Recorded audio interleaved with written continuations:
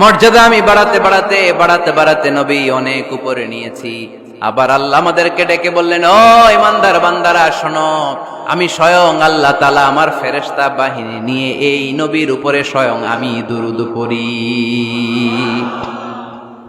ইন্নাল্লাহা ওয়া মালাইকাতাহু ইউসাল্লুনা আলান নবী يا أيها الذين آمنوا صلوا عليه وسلموا تسليما পড়েন اللهم صل على محمد وعلى آل محمد كما صليت على إبراهيم وعلى آل إبراهيم إنك حميد مجيد اللهم بارك على محمد وعلى آل محمد كما باركت على إبراهيم وعلى آل إبراهيم إنك حميد مجيد চিৎকার করে পড়েন সুবহানাল্লাহ। এমন নবী যে নবীর উপর আল্লাহ নিজেই দুরূদ পড়ে, ফেরেশতারা পড়ে, এজন্য আমাদেরও পড়ার দরকার আছে না নাই? আবার আল্লাহ বললেন, নবী আপনি এমন নবী যেই নবীকে আমি হাউজে কাউসার দিয়েছি, লক্ষ লক্ষ নবীদের কাউরে কিয়ামতের দিন আমি হাউজে কাউসারের মালিক বানাবো না, শুধুমাত্র কেবলমাত্র একমাত্র আপনি ছাড়া।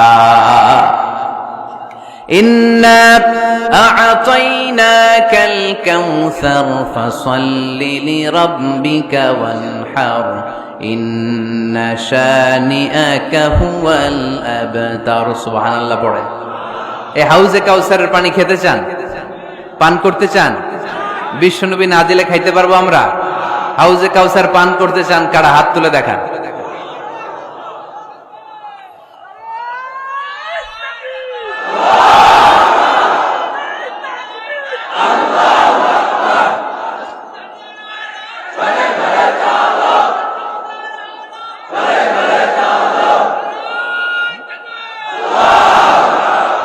আহলা মিনাল আসাল, হাউজে কাউসারের পানি মধুর চেয়েও মিষ্টি।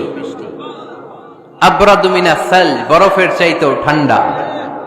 আবিয়াদু মিনাল লাবান, দুধের চাইতেও সাদা।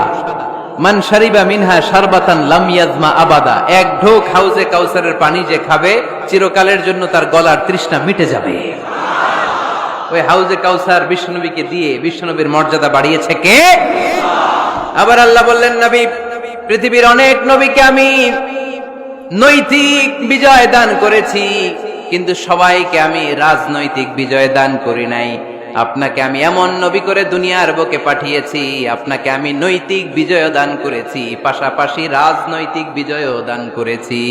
সুবহানাল্লাহ পড়ে। বিশ্বনবী একাধারে যেমনি মসজিদে নববীর ইমাম ছিলেন, পাশাপাশি মদিনার রাষ্ট্রের প্রেসিডেন্ট ছিলেন, ঠিক কিনা? তার মানে ইমাম বা নেতা এমন হওয়া দরকার যে নামাজও পড়াতে পারে, আবার সমাজও শাসন করতে পারে, ঠিক কিনা? এমন নেতার দরকার আছে না নাই? এজন্য বিশ্বনবী বললেন, রব্বি আদখিলনি মুদখালা সিদকিন ওয়া আখরিজনি মুখরাজা সিদকিন ওয়াজআলনি মিন লাদুনকা সুলতানান নাসীরা। ও আল্লাহ, আপনি আমারে সত্যতার সাথে মক্কায় রাখেন, বের করলেও সত্যতার সাথে বের করেন, আর আপনি আমাকে বিজয়ী শক্তি দান করেন। বিজয়ী শক্তি, রাজনৈতিক শক্তি বিশ্বনবী আল্লাহ তাআলার কাছ থেকে দোয়া করে চেয়ে নিয়েছেন। চিল্লায় বলেন ঠিক কিনা? রাজনৈতিক শক্তির দরকার আছে না নাই? দরকার আছে? তা আস্তে করে বললেন কেন? রাজনৈতিক শক্তি থাকার দরকার আছে না নাই? দেখেন, বাংলাদেশ সৃষ্টি হয়েছে কত সালে বলেন? কত সাল? বাংলাদেশের বার্থডে কবে? 1971-এ। এই 71 সালের পর থেকে আমাদের বাংলাদেশে সুদ আছে না নাই? কিন্তু সুদের বিরুদ্ধে ওয়াজ আছে না নাই? আলেম ওলামারা আজীবন সুদের বিরুদ্ধে ওয়াজ করছে। আমরা ওয়াজ আগে করতাম, এখন করতেছি, সামনেও করব, মাগার সুদ মরবে না। এর কারণ যেটা আইন করে প্রণয়ন করা হয় ওইটা ওয়াজ করে মারা যায় না, ওইটারে আইন করে নষ্ট করতে হয়। চিল্লায় বলেন ঠিক কিনা? আমি সারা জীবন সুদের বিরুদ্ধে ওয়াজ করলে সুদ যাবে না, কিন্তু দেশনেত্রী মাননীয় প্রধানমন্ত্রী যদি কালকে ঘোষণা দেয় বাংলাদেশের কোন ব্যাংকে ব্যাংকিং ফিনান্সিয়াল ট্রানজাকশনে কোনো সুদ চলবে না, তার পরের দিন থেকে বাংলাদেশে কোনো সুদ থাকবে না। চিল্লায় বলেন ঠিক কিনা?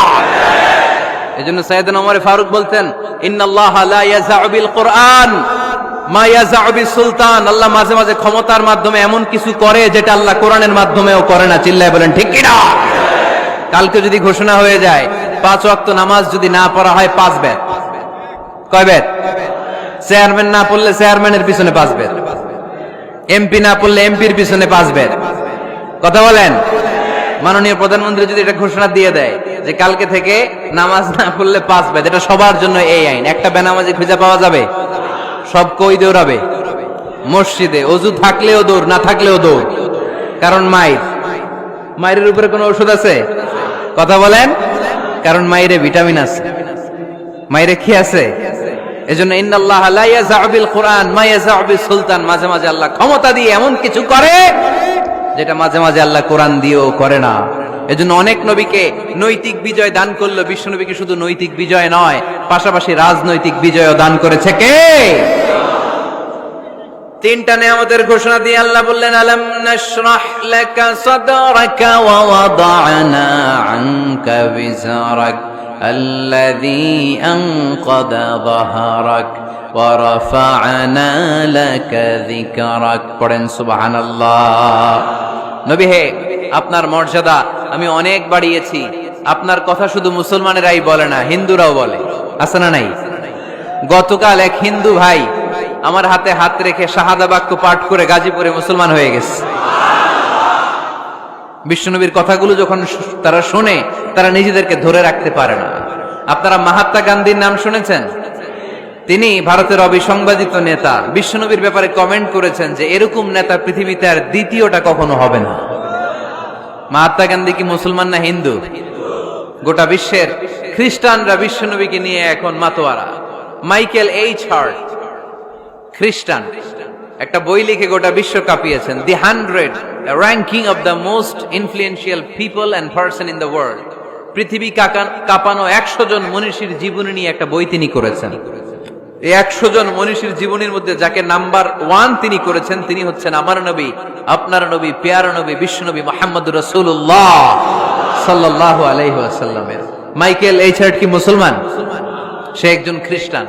তার মানে ওয়া রাফা'না লাকা যিকরাক, বিশ্বনবীর সম্মান শুধু আমাদের মুখ দিয়ে প্রচারিত হয় না, ইহুদি, খ্রিস্টান, বৌদ্ধদের মাধ্যমেও বিশ্বনবীর সম্মানকে বাড়িয়ে দিচ্ছে কে? I have studied him, the wonderful man, in my opinion far from being antichrist, and he must be called the savior of humanity. খ্রিস্টানরা বলছে আমরা এই মুহাম্মাদের জীবনী গবেষণা করে পড়েছি, তাকে খ্রিস্টান বিরোধী বলা তো দূরের কথা, তাকে মানবতার ত্রাণকর্তা বলতে হবে। তিনি গোটা বিশ্বের জন্য সুপারম্যান হয়ে পৃথিবীতে এসেছে। As a father, as a teacher, as a lawgiver, as a lawmaker, Muhammad is the superman of the world. স্বামী হিসেবে, পিতা হিসেবে, নেতা হিসেবে, নবী হিসেবে মুহাম্মদ ইসলাম সাধারণ কোনো মানুষ নয়, তিনি গোটা বিশ্বের জন্য সুপারম্যান হয়ে পৃথিবীতে আগমন করেছে। ওয়ারাফা'না লাকা যিকরাক। নবী, দুশ্চিন্তা করবেন না, টেনশন করবেন না, আমি আপনার সম্মানকে বাড়িয়ে দেব। এই 3টা নিয়ামতের বর্ণনা সূরা ইনশিরাহের ভিতরে বর্ণনা করলেন কে? এরপরে রাব্বুল আলামিন বিশ্বনবীকে নিয়ামতের বর্ণনার ঘটনা শুনিয়ে বিশ্বনবীকে সান্ত্বনা বাণী শোনাচ্ছেন আর পড়ছেন, ফা ইন্না মাআল উসরি ইউসরান, ইন্না মাআল উসরি ইউসরা। নবী গো, নিশ্চয়ই কষ্টের পরে আছে আনন্দ, দুঃখের পরেই আছে সুখ। সুবহানাল্লাহ। কষ্টের পরে আনন্দ, দুঃখের পরে। The struggle isn't permanent in our life. দুঃখ কষ্ট এটা আমাদের জীবনে পার্মানেন্ট না, এটা সাময়িক। আচ্ছা, আওয়াজ করে উত্তর দেন তো, 1 বছরে কয়দিন আপনাদের ফরিদপুরে? কয়দিন? 365 দিন। গত 365 দিনে না খেয়েছিলেন কয়দিন? 20 দিন, 30 দিন। তার মানে অল্প কিছুদিন না খেয়েছিলাম, সারা বছরই খেয়েছিলাম, ঠিক কিনা? আচ্ছা, তো 365 দিনে অসুস্থ ছিলেন কয়দিন? 4-5 দিন, কিংবা 20 দিন, কিংবা 1 মাস, কিংবা 56 দিন, কিংবা 65 দিন। তার মানে বাকি 300 দিন আরামে ছিলাম কি ছিলাম না? তার মানে আমাদের জীবনে দুঃখ বেশি না আনন্দ বেশি, সুখ বেশি না কষ্ট বেশি? এজন্য আল্লাহ বললেন